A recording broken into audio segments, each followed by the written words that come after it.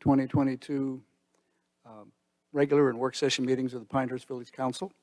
We're happy that you're with us today.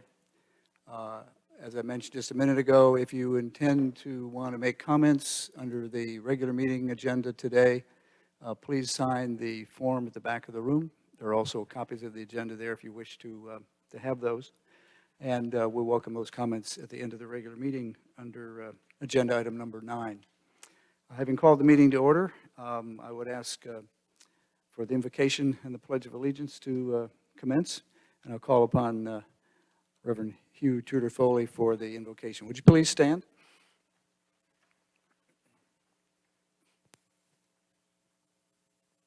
Let us pray. Almighty God, we ask that you bless our mayors and this council as they represent the people and community of Pinehurst. Grant that they may have a spirit of wisdom, charity, and justice, so that with steadfast purpose they may faithfully serve in their offices as they consider the needs and concerns of our village. We thank you for their service and the time they give for our community, and ask that you bless each member of this council and their families.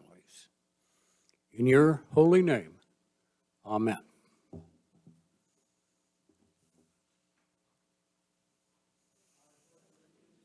the flag of the United States of America, and to the republic for which it stands, one nation, individual, with liberty and justice for all.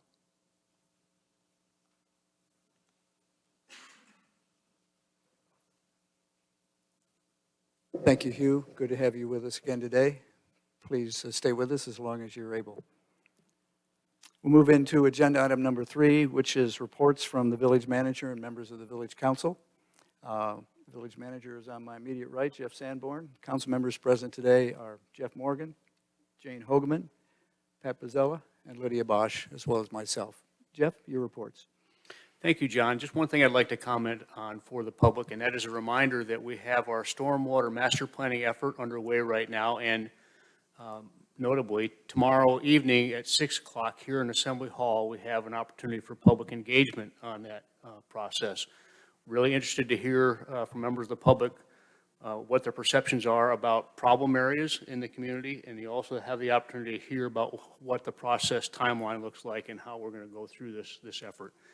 For folks that cannot attend, you still have the opportunity to provide input on Engage Pinehurst, and you can link that off from or access that off of our main village website. You can provide your input there, and also if you can't attend tomorrow evening's meeting but would like to see what happened and what was discussed, we will be recording that meeting and posting it to Engage Pinehurst as well. That's it. Thank you, Jeff. From my reports on my responsibilities to the council in the last 2 weeks with respect to meetings with local and state governments, I gave a 3-minute history of the village of Pinehurst at a meeting of the North Carolina Economic Development Authority Site Selectors Conference here Sunday, a weekend ago. They had almost 300 members of the Economic Development Authority and those involved in site selection on behalf of the state. And I was happy to make those comments. And yeah, it can be done in 3 minutes. It worked. Also, along with other members of the council, there was a meeting of Partners in Progress, Moore County Partners in Progress last week with respect to planning in the community. And it included the planning directors from Southern Pines, Pinehurst, Aberdeen, and Moore County. All of our folks, and I compliment Darren Burrick, our planning director, for being part of that panel. Each of the individuals gave very helpful comments as covered in the Pilot newspaper. And speaking of the Pilot, the village manager and I had a discussion middle of last week with the editor of the Pilot, John Nagy, with respect to the National Park Service consulting report, which was released 10 days or so ago. The newspaper is very supportive of what we've been doing there, and I think there'll be a story or maybe some editorial comments from them very soon. Nice to have the contact with them. hasten to add, too, that last week we had a very significant award to our fire department here. The Commissioner of Insurance, who is also the fire commissioner for the state of North Carolina, was here to award the village of Pinehurst a double bump, I would call it, in the rating that we have, increasing the rating of effectiveness we have, not only in Pinehurst, but in the surrounding communities that we serve. The end result of this over time is certainly a management of or a help to insurance rates, which are somewhat dependent, as you may know, on the fire rating efficiency of fire departments that serve the area. I think I got that all right, Jeff. Yeah, and it's the highest rating of any fire department in Moore County. Thank you. And finally, as I mentioned at the outset to the last meeting, we lost two important people over the past month, but I was able to attend with others the memorial services for Louis Gregory, our county commissioner, and Cindy Burnett, who in the past was the chairman of our planning and zoning board. We'll miss them a lot. So moving on into council reports. Jeff Morgan. I've got nothing to report. Jane? Yes. I'd just like to add that Darren Birch, who's our planning director, did a great job at that Moore 100 presentation. It was wonderful to be able to hear him. This afternoon, Pat Bozzella and I attended, and Jeff Sanborn, the Tri-Cities meeting in Aberdeen this time, how the Southern Pines, Pinehurst, and Aberdeen can work together in various ways to help each other,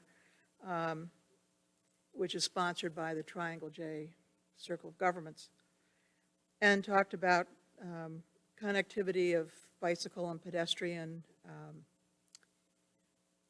routes between the different towns and working together on various infrastructure projects and trainings. And in the future, we're looking at possibly working together on sufficiency of fire response, which was Jeff Sanborn's suggestion, recreation, solid waste issues, and affordable housing. It was a very interesting meeting. Yeah, I'm sure that it was. Thank you, Jane. Pat? Thank you. Yes, I echo Jane's comments, and also I want to echo what Village Manager Sanborn said about the stormwater meeting tomorrow night. It's an opportunity for residents to show up, learn what's going on, and have some input and ask some questions. So please attend if your calendars allow you to. This Thursday, I plan to sit in and listen at the Historic Preservation Committee meeting, which will be here this Thursday afternoon at 4 o'clock, and it's open to all citizens who would like to also attend and see what goes on at those meetings. I want to make note that the council had recommended to the commission on the renaming of Fort Bragg and other forts the name of former General George C. Marshall. Turns out he was one of 34,000 names that were recommended. It's a very wide open process, but General Marshall survived. He's one of the 87 who's remaining standing at this point. So we don't know what will happen, but I think it was a little bit of a ratification that at least we made that initial cut. Last week I attended met with Scott Malta, who's the manager at the airport, Moore County Regional Airport out there, and he gave me a real good tour for about an hour and a briefing, and I encourage other members of the council to take him up on a similar event whenever your calendar permits. Just contact him. He's very easy to work with, and it's an important part of Moore County, and certainly an important part of Pinehurst since it borders on us. There's a lot of history there. And I think it's a contributor to our economic well-being as well as our transportation here. I wanted to raise one question. I tore this out of the newspaper. There was a land use summit on March 17th at the Moore County Land Use Summit at the Moore County Agricultural Building. I did not get to attend it. Do we know of anyone who did attend that? Do we know of anything that came out of it? Okay, fine. Didn't attend. Okay, that's okay. I just was trying to learn something if something did happen. And that's what I have. Thank you very much. Pat, thank you. Lydia? Thank you, John. Yesterday, I was able to attend the monthly meeting of the Neighborhood Advisory Committee, and it became apparent to me that the community could use a refresher course on how to get information about the Village of Pinehurst and from the Village of Pinehurst. Our website is, I hope most of you know, it's vopnc.org. It has a wonderful search engine. Somebody asked yesterday about the fees for waste bins, trash bins. We looked it up. There it was on the fee schedules. But also, this is really important, and Kelly's going to put it up on the screen. If you go to the website and search for email notifications, you will get, okay, Kelly, if you'll click on email notifications at the top, you'll get a link where you can put your name, your email address, and you can subscribe to email list, and the village will send you information about what is going on in the village. So I encourage you to do that. We really try to be transparent. We try to let you guys know what's going on, but it's up to you to go sign up for what it is we're trying to put in your mailbox. So anyway, it was nice to go over this with the committee yesterday, and hopefully they will find it as useful as I do. Thank you, John. Thank you. Moving on to agenda item number 4, then, this will be a motion to approve our consent agenda, which includes minutes of our recent meetings. Before I ask for that consent, however, are there any aspects of the work session and regular meeting minutes there that a member of the council wishes to discuss or have brought out for later decision? Seeing none, then is there a motion to approve the consent agenda, please? I'll move to approve all the items listed and considered routine on the consent agenda. That's a motion by Jane Hogeman. Is there a second? A second. Second by Lydia Bosch. All in favor say aye. Aye. Any opposed? None. That motion carries on the consent agenda. Move into item number 5, which is a resolution to proclaim April 26, 2022 as Frederick Law Olmsted Day. I'll give a quick update to that. This is an issue we discussed last month. As hopefully you are all somewhat aware, this year marks the 200th anniversary of the birth of Frederick Law Olmsted, as well as the 150th anniversary of Donald Ross. And the village is involved in planning a series of educational events to honor both Mr. Olmsted and Mr. Ross. Mr. Olmsted's birthday comes up on April 26th, and a proclamation has been prepared based on a prototype or template of a resolution, I think, that has been recommended by the Olmsted 200 Committee, a national committee that is working across the country. Lydia, you made some helpful additions to that proclamation, tying Mr. Olmsted even more clearly to Pinehurst and our landmark status. And the resolution is here for council decision and any questions. So I'll open the floor to any questions about that resolution that you've seen. Any at all? Is there a motion then to approve this resolution as we have it? I'm happy to do that, John. Thank you. I move to approve Resolution 22-06 proclaiming April 26, 2022 as Frederick Law Olmsted Day. Thank you, Lydia. Is there a second to that? Second. A second by Pat Pizzella. All in favor say aye. Aye. Any opposed? Hearing none, that motion carries, and we'll move on to agenda item number 6. Jeff Sanborn? All right, thanks, John. While Brooke's making her way to the table, every year at this time, Brooke brings the opportunity for the council to consider the annual contract, approving the annual contract for our audit requirement. So take it away, Brooke. Perfect, thank you. Yes, as you know, we are required to have an external audit each year performed by an independent CPA firm. We are recommending using our current auditors, Dixon Hughes Goodman. There have been no substantial changes to the terms of the agreement itself. The proposed base fee for this year's audit is $32,300, which is about $2,100 greater, or 7%, over the previous year. You can see from the table in the memo that I provided there some of the percentage increases in previous years. So before this year, we averaged about 1.5% each year, which at the time was in line with CPI. With the consumer price index at or exceeding 7% for the past 3 months or so, this increase is consistent with current market prices. The single audit will also be required for fiscal year '22, and that's because of the amount of state funding that we are receiving from the Powell Bill program. So we receive and spend more than $500,000, which triggers the requirement for a single audit in that area. So the proposed fee for that service is $5,100, which is $200 greater, or again 7% over previous year. Funding for this contract, both of those items, will be appropriated in the fiscal year 2023 budget. The village's financial staff, we do complete our financial statements in-house instead of outsourcing that to a CPA firm, which would add additional cost for those preparation.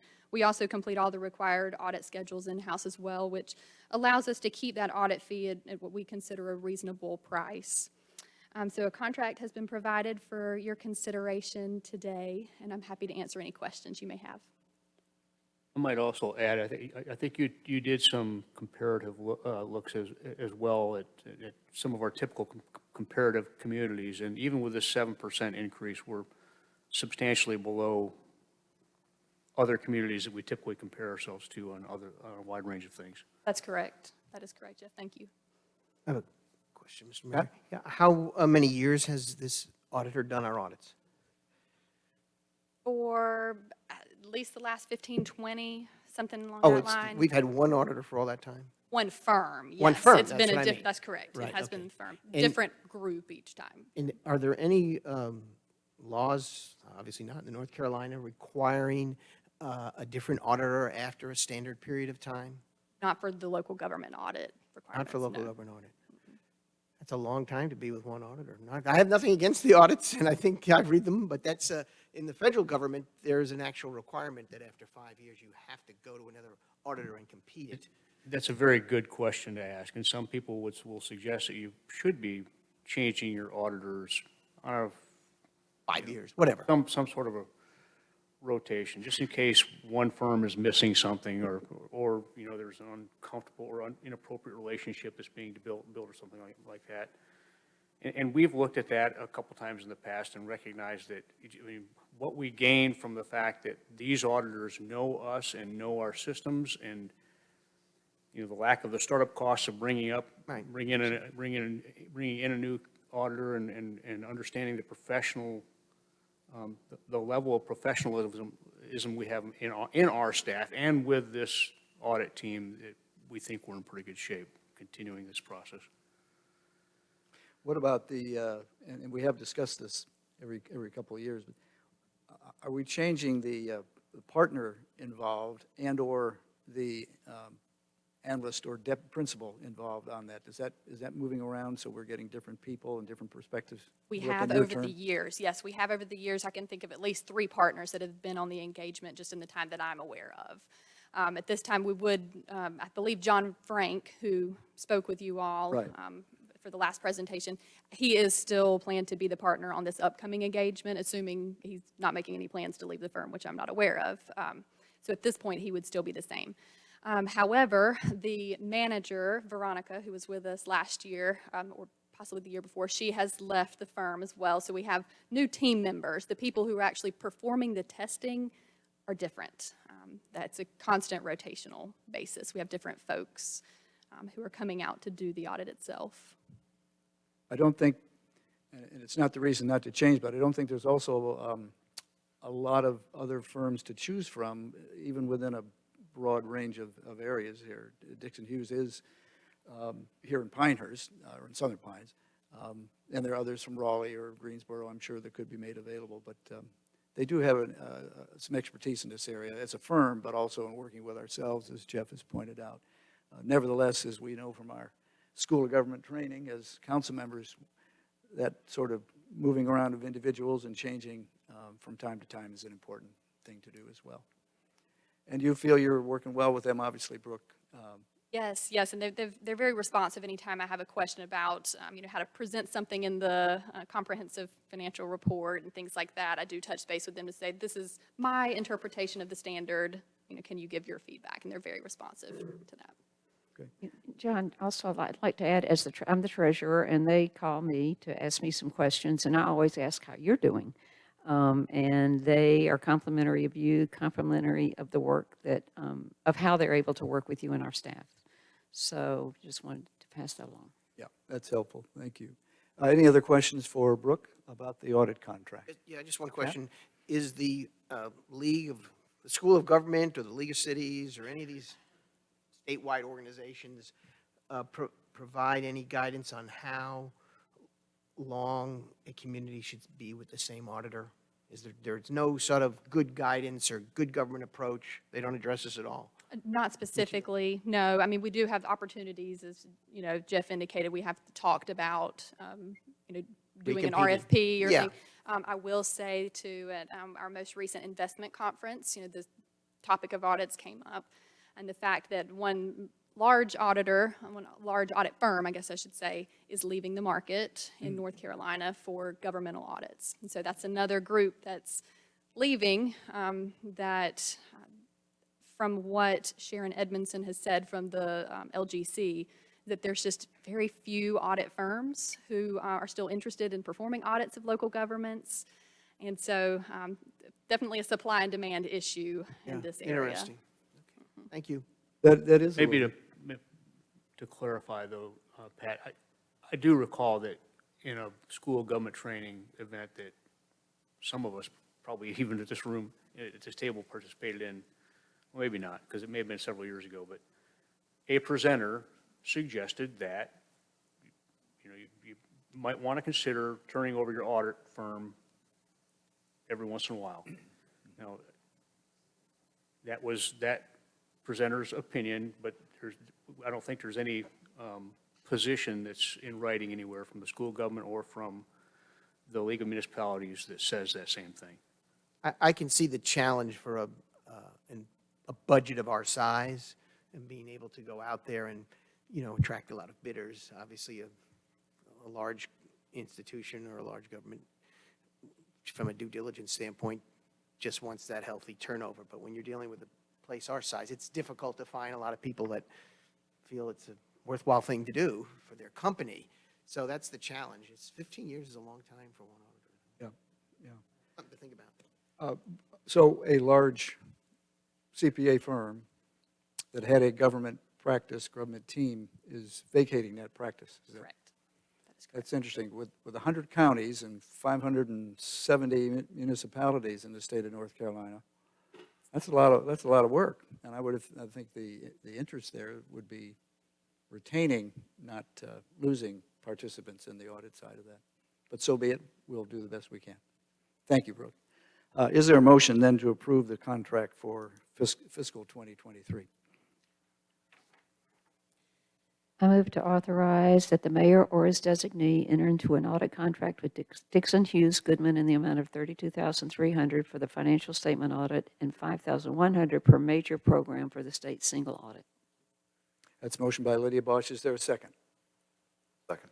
Second by Jeff Morgan. All in favor say aye. Aye. Any opposed? That'll be unanimous. Brooke, thank you very much for your work. We'll move on into agenda item number 7, which is a discussion and decision on our street dining activity. Jeff Batten, you're going to present this, I believe. Yes, in January, you'll recall, we elected to end our on-street dining permission, for lack of a better term, on April 1st. And at that time, we said we would have the opportunity to revisit, not knowing what COVID was going to be like, you know, in the future, you know, at this particular time. And so this is the opportunity tonight to decide whether we want to stay with the original decision of April 1st, or if you want to augment or change anything based on the conditions of today.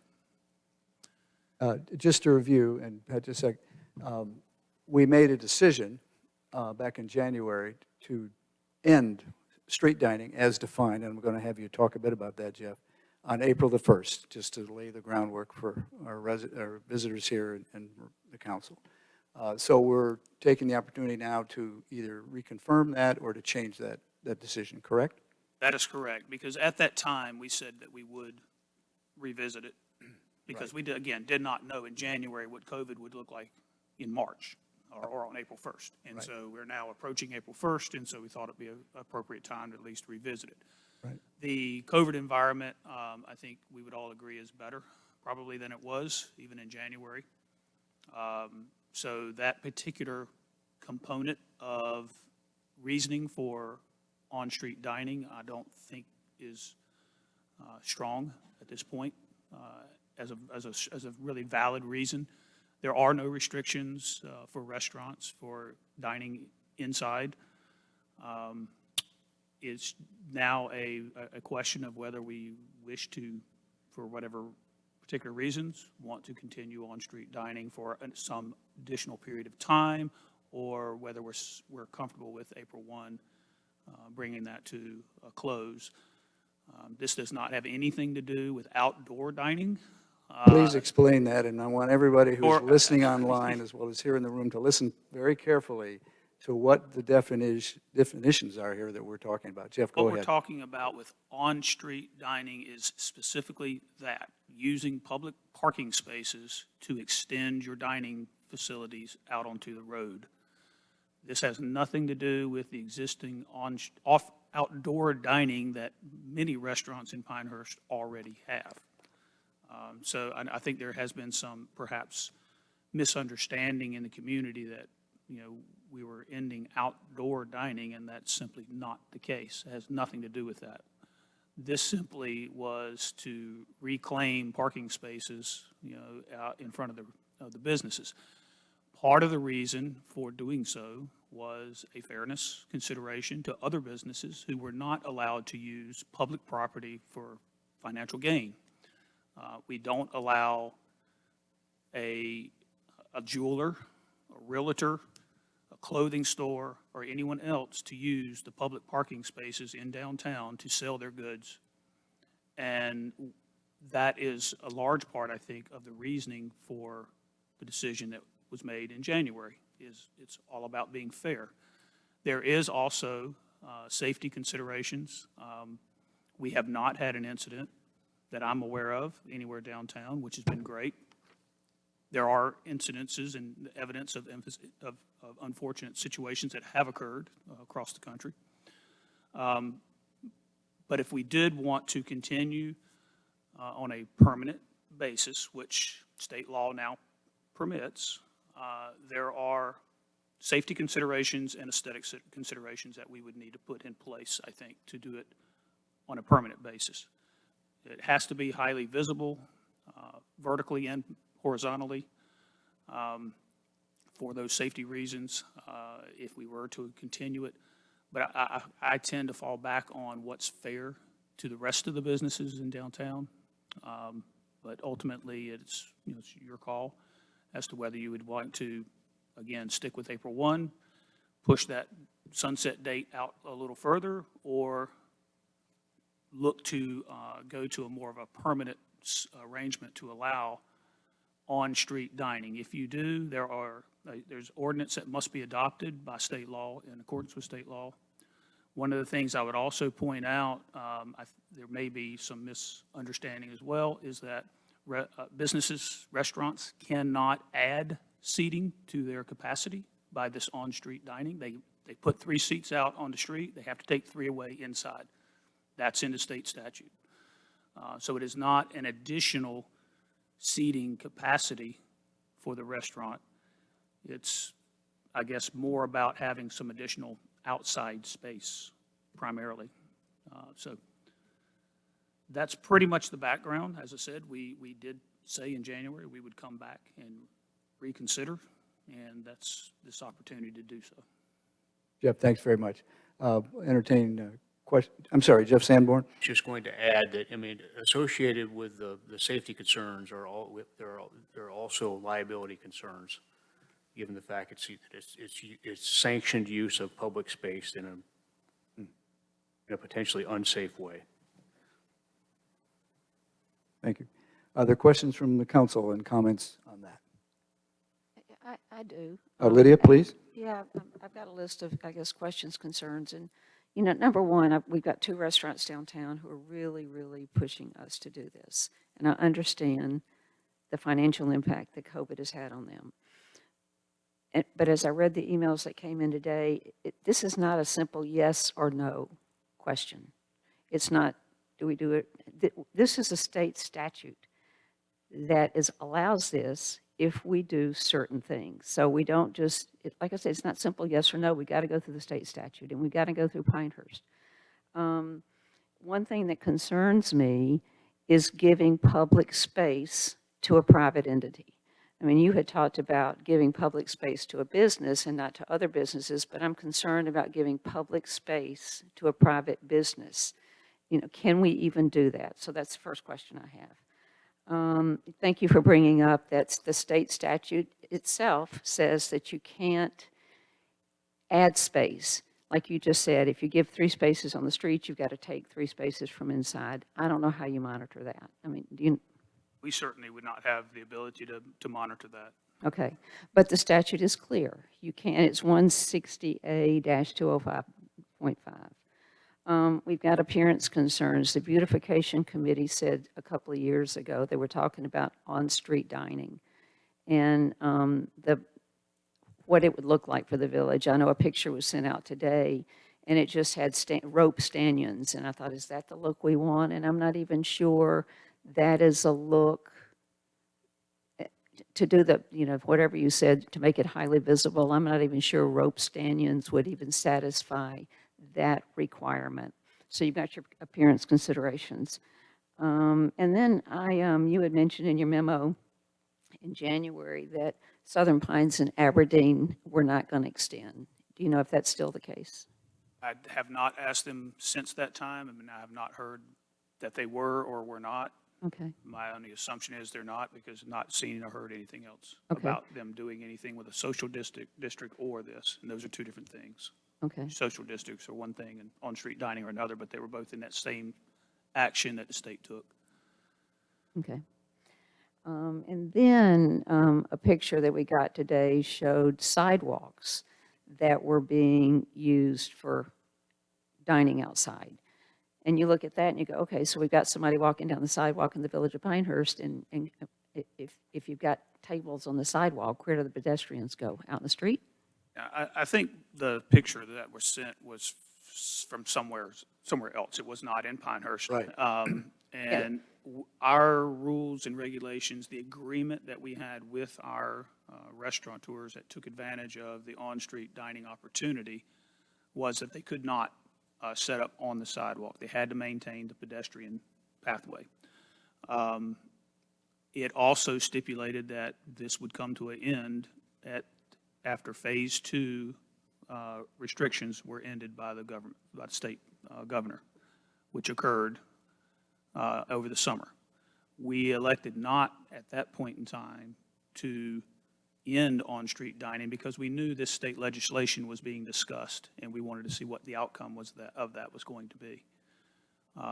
Once the state made their approval to extend, and really what they're approving is extending the ABC permitting. Mm-hmm. That's really what this boils down to in truth. They are allowing the ABC permit holder to extend to property that is not licensed as is their own premises. So they're extending their license from their premises onto adjacent property in this case.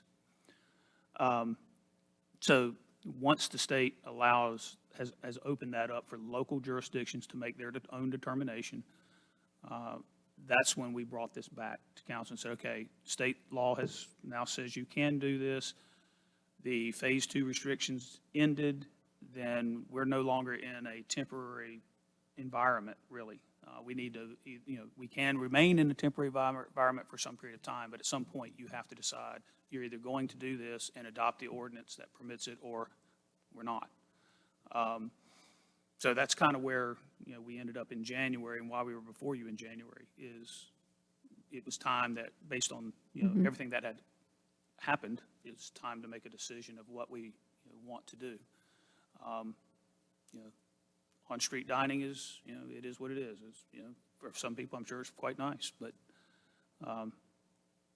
when you look at the totality of things here, and that's what we have to look at as a government entity, trying to be fair to everyone,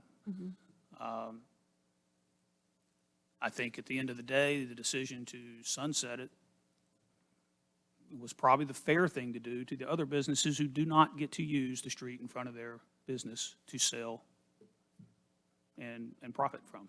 Well, when you look at the original purpose of the statute, and restaurants were not allowed to have guests come inside. So they were given the outside. But now the restrictions have been removed, so now the guests to the restaurant can go back inside, correct? That's correct. There are no restrictions the only restriction they have is their fire code seating capacity rating that has been placed on there. So, if you had 30 before COVID and you've got 30 now seats. So the only. But originally, you are correct. The reason we allowed and extended to on-street is because they did have their capacity reduced by 50%, and we allowed the on-street dining to make up that 50% loss of indoor seating capacity. So now they can fill the inside up again, and some of the emails I was getting seemed to think that, yes, you could fill up inside, but also go outside. That's But not the what statute will state not statute allow that. Does No. not allow that. Does not allow that. It's very specific in the statute. Correct, You very cannot specific. you cannot use that outdoor space to extend your capacity, that on-street space. Right, right. Just to clarify, you can go outside, you just can't go in the street. And I think that has been one of the distinctions we haven't done a good enough job of making. We're saving outdoor dining by passing this. We are allowing to sunset, in accordance with the state statute, street dining.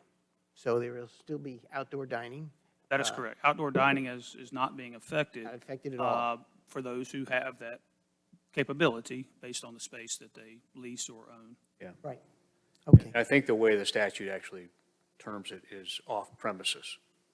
In our case, that's on the street, Yeah. but The only thing I was going to say, Yeah. I thought the earlier memo discussion we had a month or so ago was a thorough discussion, and I think I remember we all spoke about it and asked some questions, and I thought we reached a good consensus based on the staff recommendation. And With a consensus to certainly look at it again. I read the statute in there also, and the on-street dining was allowed because of the COVID pandemic. And we're talking about where we're at with COVID now. And I follow it pretty closely. We've got 616 patients with COVID. I want to say they're in the hospital because of COVID, but they have COVID and they're in the hospital. in the state of North State Carolina? of North Carolina. Okay. This has been progressively decreasing. We've had this dropping. The other part of this is that you have an increase in a variant of Omicron, which I'm calling BA2, that is spiking a little bit in Great Britain. And Great Britain has predicted the last 3 spikes we've had. So it's always a precursor over there, and then we follow that. So you can expect that it's going to go up again. But the difference is that this is a very mild virus with a BA2, and it's not causing many hospitalizations. And they're treating it as endemic versus a pandemic. And the difference on that is that you're treating it like you would a cold, you're treating it like you would the flu, things like that, not going about masking up and becoming isolated and stuff like that. And that's how certainly Great Britain is treating it, and the expectation is we'll probably be in the same arena for that. So if someone says, hey, we got an increase in COVID, yes, it's probably coming, okay? But it's more an endemic type of issue now versus a pandemic issue. And I don't think that the scenario is going to change to take us in a bad zone where we need to decrease the amount of people that are allowed in restaurants or the amount in stores. Okay, I just don't see that happening. Now, do I have a crystal ball?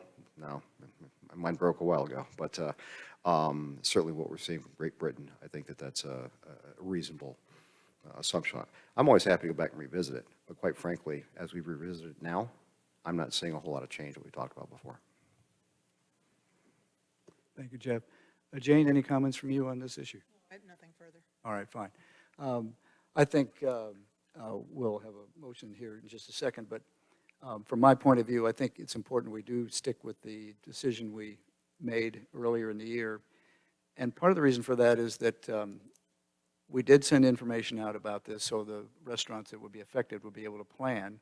And by keeping to that date and allowing them to adjust their services accordingly, I think we're consistent with trying to treat everybody fairly in this process. So I will entertain a motion on this particular issue. excuse me, I move to continue outdoor dining and end on-street dining on April 1. That's a motion by Pat Pizzella. Is there a second? Second. Second by Jane Hogeman. All in favor of the motion, say aye. Aye. Aye. Any opposed? Hearing none, the motion carries unanimously. Jeff Batten, thank you very much. Thank you, Jeff. We'll move now into other business. Are there any other topics for discussion that council members wish to bring to the regular meeting before we move into our public comments and our work session tonight? Any other issues for notation and further discussion at another time? Jane, Jeff, Pat? No, everything can take place in the... Okay. We'll move into comments from attendees. The clerk will bring the list forward of those of you who've signed up to speak to us tonight. As the clerk is doing that, I'll just remind everyone of a couple of guidelines. Please understand you're speaking to the village council. We ask you to limit your comments to 3 minutes. Thank you. Keep your comments appropriate in tone and content. And if you feel that your comments have already been made by another person who has spoken ahead of you, it's all right if you decide not to speak, but you're welcome to it since you've signed up. The first name I have on the list tonight is Bob Coates, please.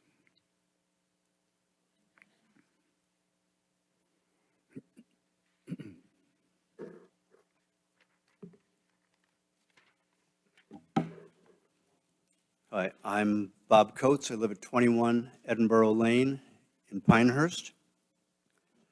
There's been a lot of discussion lately about what to do about the proliferation of short-term rentals within Pinehurst. Section 8.2 of the Pinehurst Development Ordinance, the PDO, sets forth what can be done and where within the village. The PDO specifically states that any use detrimental to the predominantly residential nature of a residential district is prohibited. The PDO also states that no lodging business is permitted in residential areas. It's black and white. No lodging is permitted in a residential area. Why are we going through the major effort of creating development ordinances for something that is not permitted? Why is this part of the PDO not being enforced? Just because we've had STRs operating for years in violation of the PDO is no reason to allow this activity to continue. Thank you. Mr. Coates, thank you. The next speaker is Brenda Zeroteris, and as she is coming to the microphone, I've been handed some photographs that evidently one of you who are intending to speak have brought to the meeting. So when I call on you, if you're the person that brought the photographs, just let me know that and I'll have those circulated around. Brenda, please. Good evening. Brenda Zeroteris, 180 Ottawa Road, Pinehurst. Those pictures were, I just gave them to Kelly. I received an email on Monday, March 21st in the evening. I'm going to read that email with the portion of it redacted to protect the privacy of the street. It was sent to me. The dark area of a picture, well, let me read the email. The dark area was pine straw in a yard that my daughter believes, but is not sure, belongs to a vacation rental at Winchester Road in the village. There was a party with barbecue. Straw and bushes were on fire when my daughter saw it about 10 p.m. Fire department came and extinguished the fire, which was around the deck. No one at home of the fire, no one there today. It's not really about short-term rentals, this picture, in my estimation. I don't care if this home is a short-term rental or not. The purpose is, for discussion of it, and what is discerning and or troubling to me is the effect that short-term rentals will have on a neighborhood. Neighbors look after neighbors. Neighbors look at each other for the health, wellness, and the overall good of a neighborhood.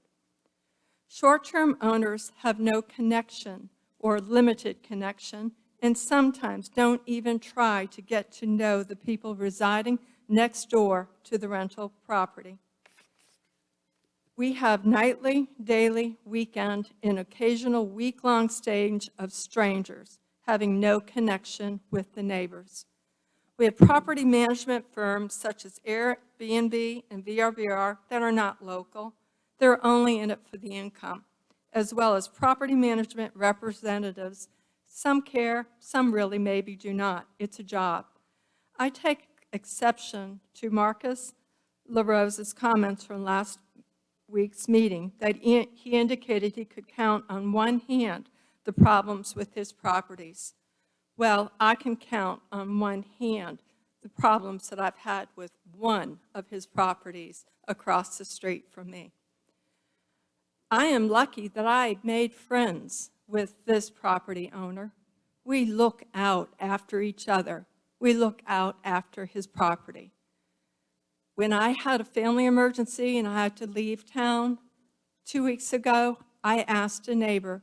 I had to put my garbage cans out on the road, and I asked a neighbor, I will not be in town on Monday. Can you pick up my cans for me and bring them to my house?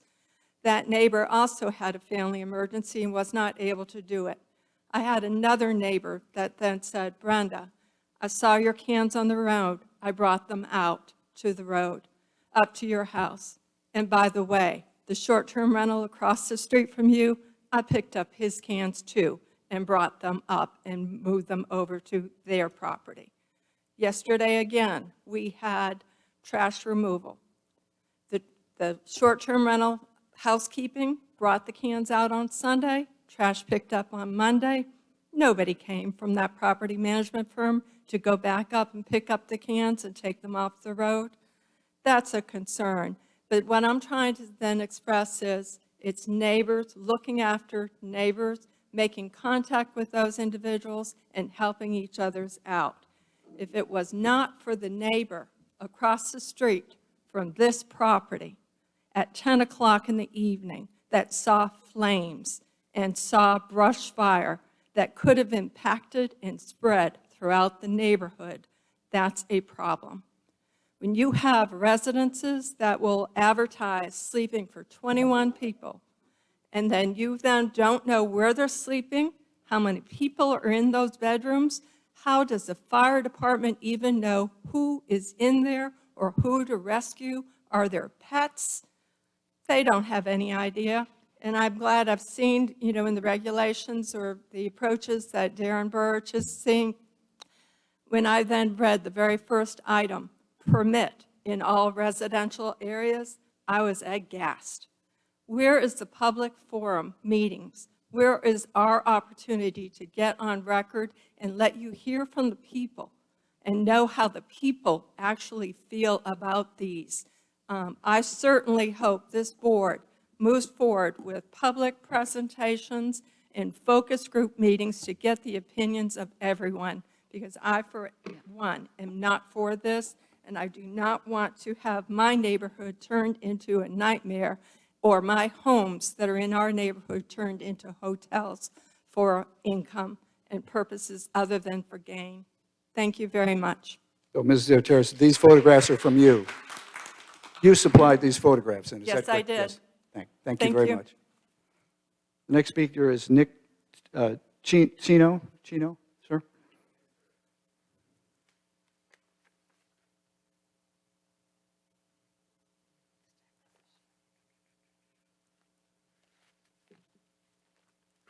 For the record, my name is Nicholas Sino.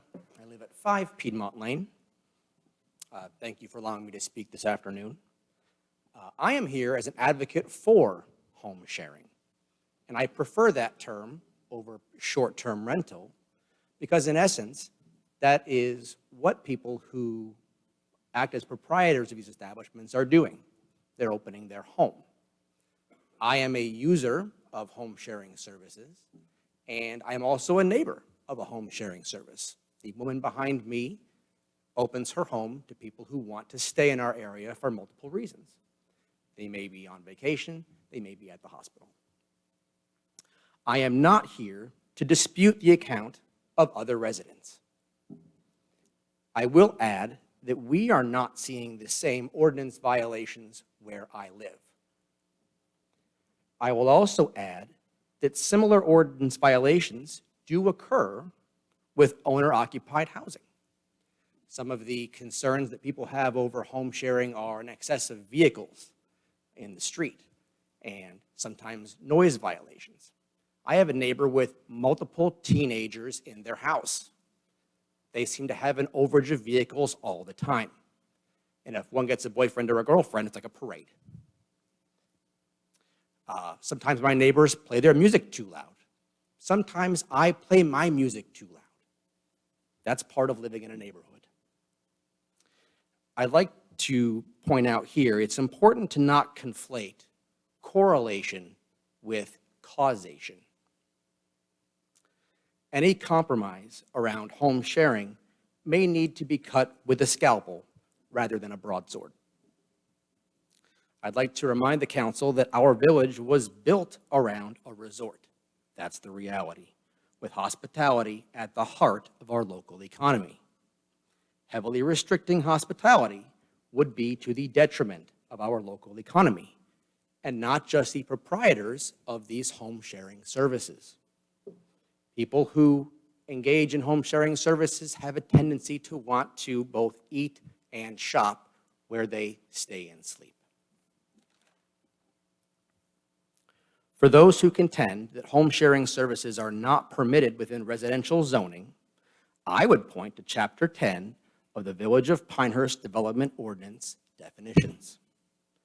A single-family dwelling is defined as a freestanding building designed for and/or occupied for living purposes. These residences may be individually owned as residences or residences owned by rental or management companies. They also include factory-built modular housing units that comply with North Carolina State Building Code. My point being, if single-family dwellings were not intended to be rented, it would not be included as part of the definition. The definition makes no mention of the term of the rental agreement. Thank you very much. Thank you, sir. Mary Ann Wydra.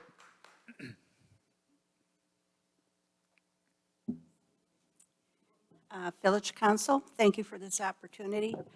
This is my first chance or speech I've given in front of you, so bear with me if I'm repetitive, or I'll try and keep it brief and not repeat what others have said. Thank you, Ms. White. And would you draw the microphone a little closer to you? Yeah, Just like yeah, that'd is be that great. better? Thank you so Hear me much. now. It'll be fine. Thank you. Okay. I'm not opposed to rental properties in the appropriately zoned Pinehurst neighborhoods. Tourism dollars contribute to the prosperity of our village. Short-term rentals during the U.S. Opens and other special events are needed to house the temporary influx of competitors and visitors. Everybody understands this. But with the USGA relocating with their associated businesses, the housing shortage in Pinehurst has become a much bigger issue. Like all relationships, neighborhood harmony is built on trust. You know your neighbor, they know you, and despite differences, everyone has financial skin in the game and seek to resolve conflicts. What has changed? Since my arrival in 2014, Pinehurst safety rating in the state has slipped from number 2 to number 12. And it's also sunk on the list of best places to live nationally. CityData.com reports crime rates overall have risen from a rating of 31.8, which is on the low side, and nearly doubling to 71.3 in 2019. I don't know what they are right now. Explosive growth of short-term rentals in our community has left homeowners alone to defend their lawful rights against investors and big money. However, there are other stakeholders to consider when preserving our neighborhoods. What about the many professionals needed for our burgeoning healthcare industry? Where will they live? What about the additional workers needed to provide goods and support services to our growing communities? How about our military families? Will they want to raise their children next to the revolving door of a weekend rental, especially when a spouse has been deployed? Or will they seek family-friendly neighborhoods where their children are safe and neighbors who look out for each other? What about townies like me, those full-time Village of Pinehurst residents whose life, work, and savings isn't invested in their homes and their communities? We only ask for a stable community where we can live in peace and safety, not to live next to a transitory hotel.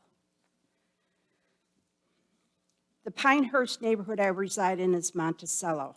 It is zoned R10, same as every residential neighborhood I have ever lived in. Single-family owned houses.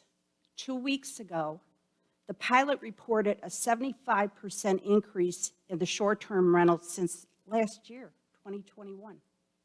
75%. I also want to make a comment that I also, in my research, found out that Mr. LaRose had an interview June 6th of 2021 with the pilot, and he boasted to them that he had acquired 20 new residential properties for short-term rentals. It's in the paper. I'm not going to repeat the municipal code, zoning code. I think Bob Coates did that. But based on my information, my understanding of what a residential code is, why is Pinehurst R10 written residential code not being enforced? I'm not a lawyer. I read through the code. I might have missed something. But why isn't it being enforced? Why are weekend short-term rentals through Airbnb, Vrbo, and independent investors and property managers allowed? And again, remember, I'm not talking about how Pinehurst has traditionally opened its doors for the opens and all the special events. What are the consequences for violating the written code? Who's enforcing them? Property management and safety and hidden costs. Short-term rental management responsibilities and expenses must not be transferred to the homeowners, taxpayers, and village. And this is what I mean by that. With growing Airbnb, Vrbo's short-term rentals, families will worry every weekend who will be occupying the short-term rental next door. Are they simply golfers and families like themselves? Or will they be thieves, drug pushers, prostitutes, child molesters, hardened criminals that drift in with the changing scenery? Believe me, as this grows in our community, it's going to be easier and easier for them to hide in the herd. Unlike a hotel or a traditional bed and breakfast, there's no on-site management to address problems.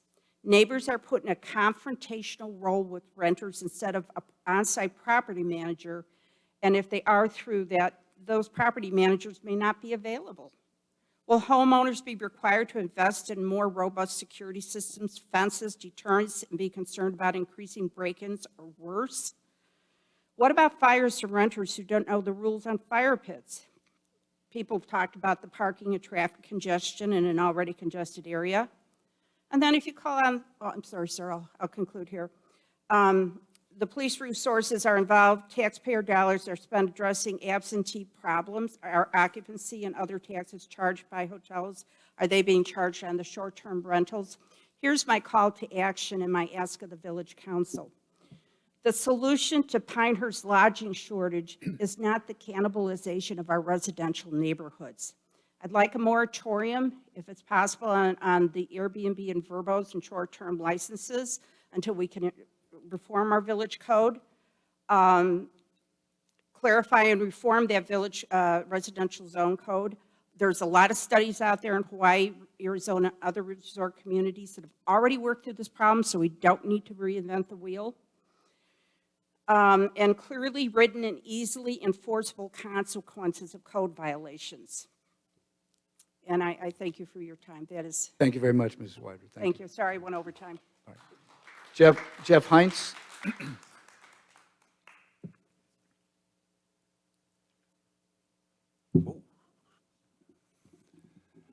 Good afternoon. I think, before I get into what I intended to say briefly, I think it would behoove everyone to pay attention to what we've heard tonight about the persuasive case that could be made for the absolute prohibition of short-term rentals under existing law. I think maybe the most persuasive argument that I've heard in favor of the perseverance or the preservation of short-term rentals is that they're already here, and that it would be unfair and inconvenient and difficult to get rid of them. And I'm not immune to those arguments, and I'm not uncompassionate to the rights of those or the privileges of those who have acquired short-term rentals and operate them in the village, particularly those that do so lawfully and considerately of their neighbors. But it is simply inconceivable to me that we can continue down the current path where we don't have reasonable, responsible regulation for these businesses. I think we've all come to that conclusion. From a safety standpoint, from a neighborly standpoint, from a common sense standpoint, from a liability standpoint, we need to have this done. Toward that end, as you know, I submitted to you on behalf of a group of citizens that I have worked with a proposed ordinance that governs short-term rentals and other aspects of life in the village. Some of the provisions of that proposed ordinance govern properties village-wide, for example, parking in a front yard, parking other than in the driveway, parking on the streets in residential areas overnight, which I think common sense again suggests is madness given the infrastructure that we have in terms of the narrowness of our streets and the absence of streetlights. And I'm not advocating for streetlights, by the way. Mayor Strickland, you asked me in an email today what the genesis of that ordinance was, and I want to respond comprehensively, and I'll do that, but I didn't have an opportunity to do so before today. And I want to make clear that that ordinance, that proposed ordinance, is not intended to be a displacement of Mr. Burrick's work. I hadn't seen it at the time that I submitted that ordinance. I hadn't seen it until this afternoon. I expect that there will be some overlap because, as this lady, and I don't know where you've been all my life, ma'am, but that this lady said there are a limited number of ways to invent this wheel. We don't have to go back to square one. There are ordinances, communities in North Carolina are replete with these ordinances. They are the rule rather than the exception. And so I expect there'll be some overlap between what Mr. Burrick has done, which I will now look at, and what I've done and submitted to you. But Mayor, in specific answer to your question, that proposed ordinance is not a template. It's not a cookie cutter that comes from someplace. It is reflective of the Pinehurst comprehensive plan. It is reflective of the principle of the policy objectives, rather, that were adopted by this council about 6 weeks ago, I guess in the middle of February. It is the product of the review of some scholarly work in terms of the Granicus white paper that you're all familiar with law review articles from the UNC Law Journal. I would give you the citation, but I had an eye exam today and I can't read my own writing. And it's reflective of a number of ordinances from around the state, Greensboro, Raleigh, Chapel Hill, Wilmington, Asheville. And again, there are a number of commonalities among those and a number of different areas that can be properly regulated and commonsensically regulated in this area. I think that's all I have to say about that. I think enough's enough with respect to that. I have one other thing to say on a totally different subject, and I had signed up for it. The Neighborhood Advisory Committee, and I know you're going to be taking up Mr. Sanborn's memo with respect to the operation of that. And there are some things in there that are very well taken. I was not aware, for example, that the Neighborhood Advisory Committee does not encompass all of the neighborhoods in Pinehurst, that some inadvertently have been excluded simply because it's difficult to identify what their boundaries are. Clearly, that's an exercise that can be successfully resolved, and those neighborhoods should be included. And they should be included because it's only fair, and they should be included because the Neighborhood Advisory Committee is an institution that works exceptionally well, in my humble opinion. I'm on it. It's been a privilege for me to be on it. It is one of the rare instances where there is an opportunity for dialogue between citizens and our elected officials and our village staff. It works very well. It's not broken. Please resist the temptation to try and fix it unduly, and I think we'll be all better served. Thank you. Thank you, Mr. Hines. David Byers.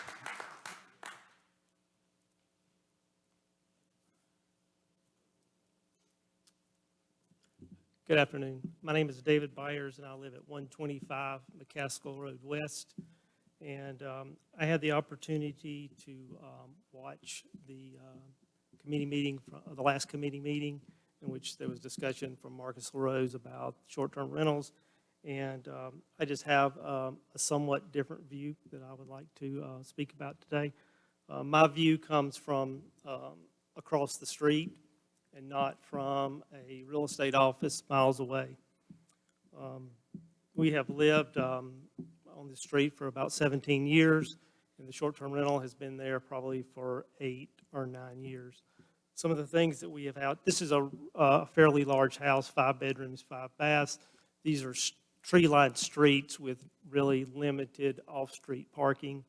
Some of the problems that we've had to deal with, large events at this house, weddings, outdoor dinner parties, bands, dinner parties with bands with reggae music, which I have no problem with reggae music, but most of these events take place in the front yard. This house has very limited backyard space, and where my house sits, we face the side of their house, so we see their backyard and their front yard. One of the biggest problems that we have is the noise issue, because this house, when it's not being used as a venue, is for golfers, and it's typically 8 to 10 guys out there. They'll sit on the back porch, and the voices just travel right towards our house. Every word that they say on the back porch, we can hear. It's very disturbing, the language that we hear. And when you're outside with your daughter or your son, and it's not something you really want to hear. And the strange part about it is the language that you hear after you see these people, they don't use this language at their own house. This is when they're at their 50, 60-year-old frat boy weekend getaway, and out on the back porch, drinking beer, smoking cigarettes, cigars, and you just hear different things. We've met a lot of the people. You go across the street, you kindly tell them that this is a neighborhood. We have young kids. Well, they're not really young anymore, but could they please watch the language? Most of them understand. They don't realize when they're there that they're in a neighborhood, that there's people that live around them, that are living around them. But when you explain it to them, they understand, because they don't want somebody coming to their house, to their neighborhood doing this. Most of them are very understanding. We've also had to deal with motorhomes, which I believe is against village council regulations.